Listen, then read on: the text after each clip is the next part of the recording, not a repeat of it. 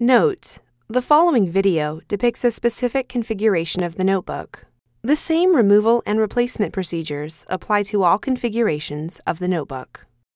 Before you begin, remove the optical drive, if installed, base enclosure, battery, wireless module, USB board, subwoofer, fan, RJ45 door, system board,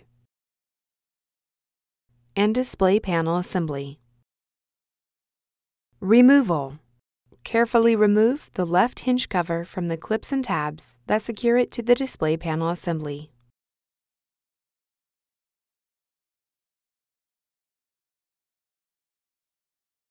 The right hinge cover is removed in the same manner.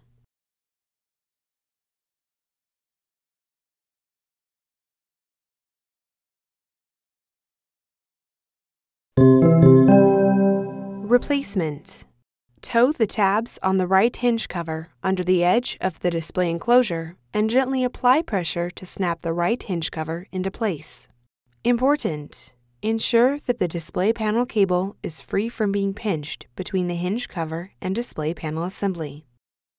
The left hinge cover is replaced in the same manner.